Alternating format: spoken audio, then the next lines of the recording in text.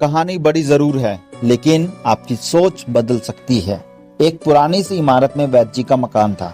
पिछले हिस्से में वो खुद रहते थे और अगले हिस्से में दवाखाना खोल रखा था। उनकी पत्नी की आदत थी कि दवाखाना खोलने से पहले उस दिन के लिए आवश्यक सामान एक चिट्ठी में लिखकर दे देती थी। वैद्य जी गद्दी पर बैठकर पहले भगवान का नाम लेते और फिर वो चिट्ठी को खोलते थे। पत्नी ने जो बातें लिखी होती उनके भाव देखते, फिर उनका हिसाब करते और फिर परमात्मा से प्रार्थना करते कि हे भगवान, मैं केवल तेरे ही आदेश के अनुसार तेरी भक्ति छोड़कर यहाँ दुनियादारी के चक्कर में आ बैठा हूँ।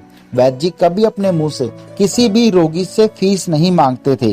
कोई देता था, कोई नहीं देता था, किंतु एक बात निश्चित थी, जो ही उस दिन के आवश्यक सामान खरीदने योग्य पैसे पूरे हो जाते थे, उसके बाद वो किसी से भी दवाई के पैसे नहीं लेते थे, चाहे रोगी कितना ही धनवान क्यों ना हो। एक दिन वैद्य जी ने दरवाजा खोला, गद्दी पर बैठकर परमात्मा का स्मरण करके पैसे का हिसाब लगाने के लिए आवश्यक सामान वाली चिट्ठी खोली तो वह चिट्ठी को एकटक देखते ही रह गए। एक बार तो उनका मन भटक गया। उन्हें अपनी आंखों के सामने तारे चमकते हुए नजर आए, लेकिन शीघ्र ही उन्होंने अपने आप को कंट्रोल किया। आटे, दाल, चावल आदि के बाद पत्नी ने लिखा था, बेटी का विवाह 20 तारीख को है। उसके दहेज का सामान। कुछ देर सोचते रहे, फिर बाकी चीजों की कीमत लिखने के बाद दहेज के सामने पत्नी ने लिखा था, यह काम परमात्मा का है, परमात्मा ही जाने। एक दो रोगी आए, उन्हें वैद्य जी दवाई दे रहे थे। इसी दौरान एक बड़ी सी कार उनके सामने आकर रुकी। वैद्य जी ने कोई खास तवज्जो नहीं दी, क्योंकि कई कार वाले आदमी उनके पास आते रहते थे। दोनों मरीज दवाई लेकर चले गए। वो सूट बूट पहना हुआ आदमी कार से बाहर निकला और नमस्ते करते हुए बेंच पर बैठ गया। वैद्य जी ने कहा कि अगर आपको अपने लिए कोई दवाई लेनी है तो इधर स्टूल पर आकर बैठ जाएं, ताकि आपकी नाड़ी देख लूं, और अगर किसी रोग की दवाई लेनी है तो वो आपको मैं दे दूं। वह साहब कहने लगे, वैद्य जी आपने मुझे पहचाना नहीं, मेरा नाम कृष्ण लाल है, लेकिन आप मुझे पहचान भी कैसे सकते हैं, क्योंकि मैं 15-16 साल बाद आपके दवाखाने पर आया हूँ। आपको पिछली मुलाकात का हाल सुनाता हूँ, फिर आपको सारी बात याद आ जाएगी। जब मैं पहली बार यहाँ आया था तो मैं खुद नहीं आया था, बल्कि भगवान मुझे आपके पास लेकर के आए थे। ईश्वर की ही कृपा थी कि मेरा घर आबाद करना चाहता था। हुआ इस तरह था कि मैं कार से अपने पैतृक घर जा रहा था। बिल्कुल आपके दवाखाने के सामने हमारी कार पंक्चर हो गई। ड्राइवर कार का पहिया उतारकर पंचर लगवाने चला गया। आपने देखा कि गर्मी में मैं कार के पास खड़ा था, तो आप मेरे पास आए और दवाखाने की ओर इशारा करते हुए कहा कि इधर आकर कुर्सी पर बैठ जाओ, अंधा क्या चाहे दो आंखें। और मैं कुर्सी पर आकर बैठ गया। ड्राइवर ने कुछ ज्यादा ही देर लगा दी गाड़ी को ठीक करवाने में। एक छोटी सी बच्ची भी यहाँ आपकी मेज के पास खड़ी थी और वो बार बार कह रही थी, चलो ना बाबा, मुझे भूख लगी है। आप उससे कह रहे थे कि बेटी थोड़ा धीरज धरो, चलते हैं। मैं यह सोचकर इतनी देर से आपके पास बैठा था और मेरे ही कारण आप खाना खाने भी नहीं जा रहे थे।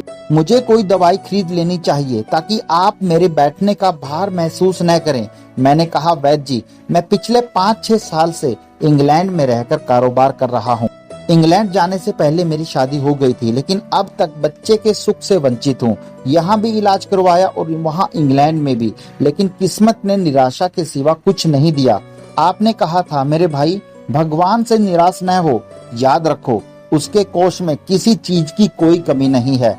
आस, औलाद, धन, इज्जत, सुख, दुख, जीवन, मृत्यु, सब कुछ उसी के हाथ में है।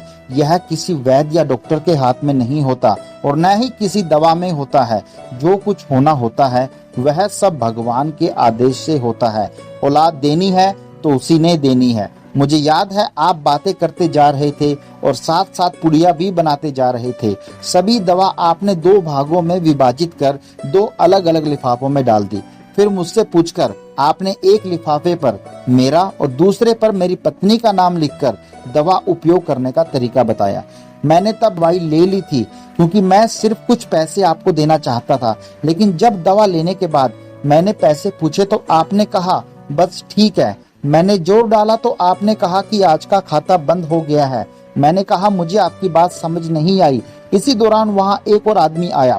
उसने हमारी चर्चा सुनकर मुझे बताया कि खाता बंद होने का मतलब है कि आज के घरेलू खर्च के लिए जितनी राशि वैद्य जी ने भगवान से मांगी थी वह ईश्वर ने उन्हें दे दी है। अधिक पैसे वे ले नहीं सकते।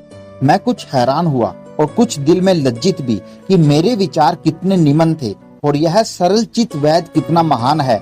मैंने जब घर जाकर पत्नी को दवाई दिखाई और सारी बात बताई तो उसके मुंह से निकला, वो इंसान नहीं कोई देवता है। उसकी दी हुई दवाई ही हमारे मन की मुराद को पूरा करेगी। आज मेरे घर में 2 बच्चे हैं।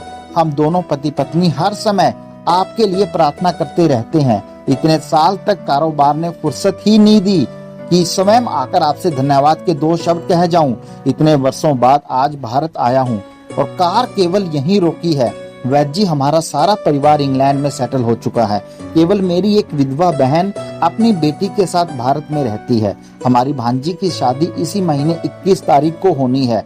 ना जाने क्यों जब जब मैं अपनी भांजी के भात के लिए कोई सामान खरीदता था तो मेरी आंखों के सामने आपकी वह छोटी सी बेटी भी आ जाती थी और हर सामान मैं दोहरा खरीद लेता था। मैं आपके विचारों को जानता था कि संभवतः आप वह सामान न लें, किंतु मुझे लगता था कि मेरी अपनी सगी भांजी के साथ जो चेहरा मुझे बार बार दिख रहा है वह भी मेरी भांजी ही है। मुझे लगता था कि ईश्वर ने इस भांजी के विवाह में भात भरने के लिए भी जिम्मेदारी मुझे ही दी है।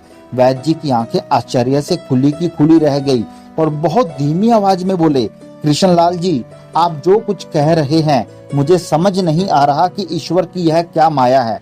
आप मेरी श्रीमती के हाथ की लिखी हुई यह चिट्ठी देखिए। और वैद्य जी ने चिट्ठी खोलकर कृष्णलाल जी को पकड़ा दी। वहां उपस्थित सभी यह देखकर हैरान रह गए कि दहेज का सामान के सामने लिखा हुआ था, यह काम परमात्मा का है, परमात्मा ही जाने।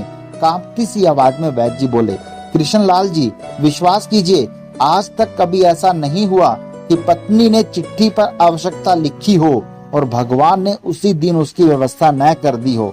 आपकी बातें सुनकर तो लगता है कि भगवान को पता होता है किस दिन मेरी श्रीमती क्या लिखने वाली है, अन्यथा आपसे इतने दिन पहले ही सामान खरीदना आरंभ न करवा दिया होता परमात्मा ने। वाह भगवान वाह, तू महान है, तू दयावान है। मैं हैरान हूँ वह कैसे अपने रंग दिखाता है। वैद्य जी ने कहा, सुबह परमात्मा का आभार करो, शाम को अच्छा दिन गुजरने का आभार करो, खाते समय उसका आभार करो और सोते समय भी उसका आभार करो। धन्यवाद।